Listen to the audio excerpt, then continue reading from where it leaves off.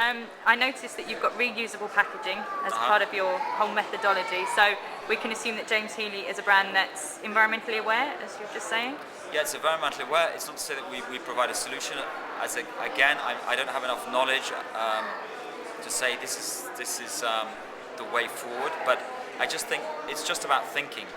And we have a packaging which is not the whole. It's not the main objective, but I thought as we put a lot of thought and effort and cost into a packaging, it would be nice that we could reuse it as something. And in this case, we can use our packaging as a vase. You can fill it with water. It also protects the perfume, because there are two things the perfume doesn't really like. It's light and heat. So this acts as an insulator, and it protects it obviously from light, but as well as it's a foam, it protects the bottle, which is obviously fragile, from shocks. But the end user or the consumer can use it as a consumer. Is an awful word, I think.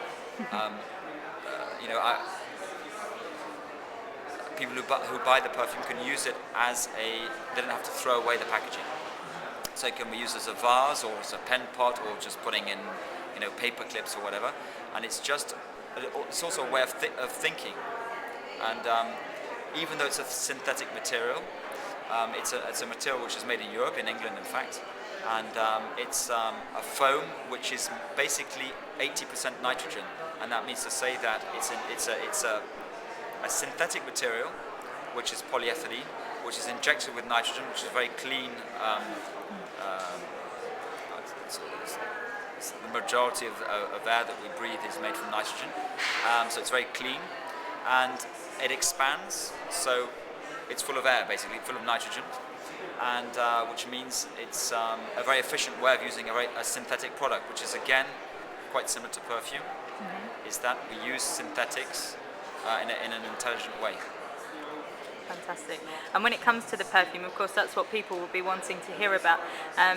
We don't have smell-o-vision yet, unfortunately, but perhaps you could talk us through your latest release, Oranges and Lemons? Yeah. Well, I now have roughly 10 scents in the collection, and as a perfumer, it's almost endless as to what you can do, but when you have one brand, you can't really do too much because it gets confusing. But I thought this is one perfume I'd really like to do. Now I got to the 10th, I'd like to do a perfume almost, not for myself, but the perfume that I would like to wear. And I don't really I like very fresh and classical things in a way, but having said that, classical can be a bit boring. But anyway, I've done a perfume which is very classical, which I consider to be English. And it's funny saying that because I'm English, but I've lived in France now for almost 12 years. And so I have a vision of England which I didn't have when I lived in England, when I lived in London. So now looking back, I can almost see England through another eye, and it's quite interesting. So I really wanted to do something which was English. I didn't really want to do something that was English. I just knew that what I liked would be perceived as being English. So it's a perfume which is based on a very traditional men's eau de cologne, but I brought it up to date. I think I've tried to without being original. And so I think the word original, it doesn't really mean anything. You either like things are good or they're bad, or you like them or you don't like them. It's nothing to do with it. Is it trendy? Is it cool? Or is it? It's just what I like. And it's an eau de cologne, but I think as well something very classical could be even an eau de cologne, a men's eau de cologne could be worn by a girl. And I think a lot of fashion or trends are not really about. They're obviously about the product, but about attitude and the people who wear them. So there's no reason why a girl couldn't wear a very manly or classical eau de cologne, because obviously a lot of it has to do with attitude. So so this is a perfume basically that's, of course, Oranges and Lemons, St Clements. It's about Cockney rhyming slang about the East End, the city, which is where I was at university in London, and of course the kind of very sort of like Mayfair, German Street, St James's kind of feel, but it's St Clements, which is closer to the East End, and it's just very English, easy perfume.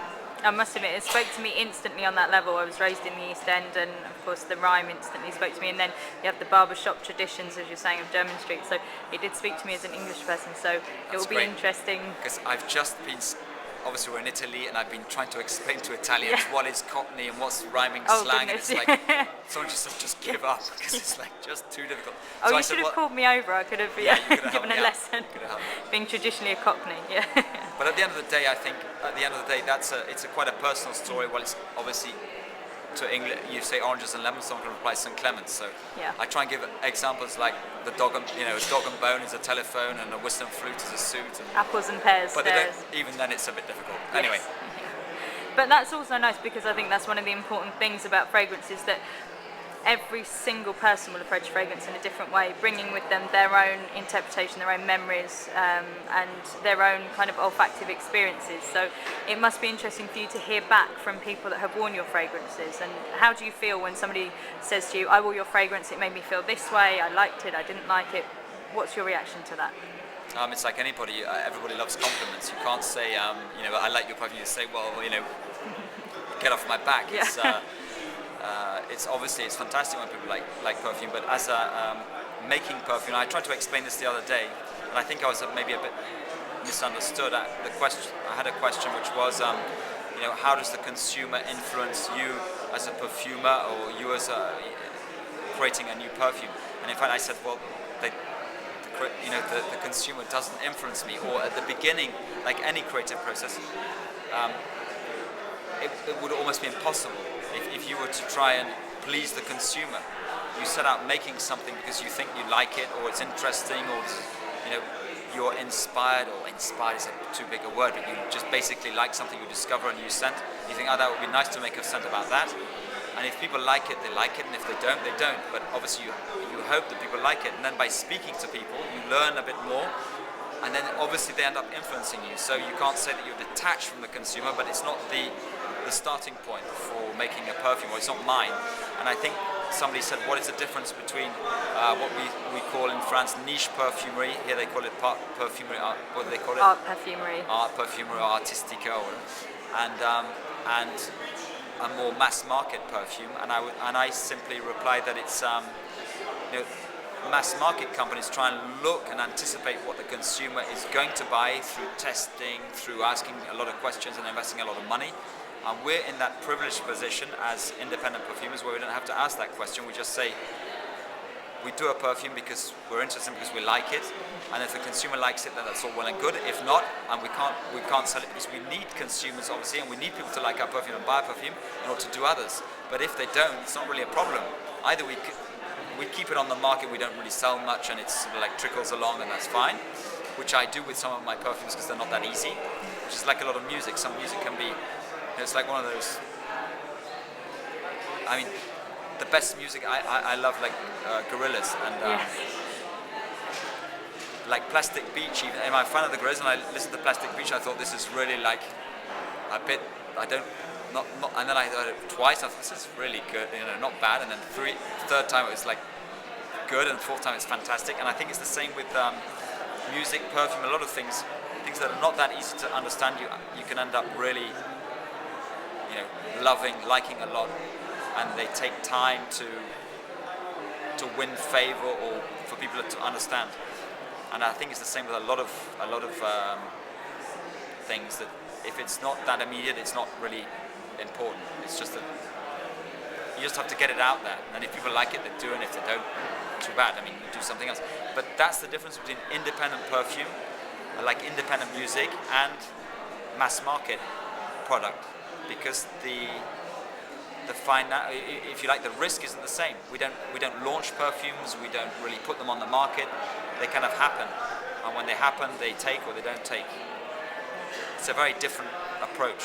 So the consumer is very, very important, of course, but it's not the be-all and end-all, and that's the difference between one of the differences between niche perfumery, artistic perfumery, and mass market perfume.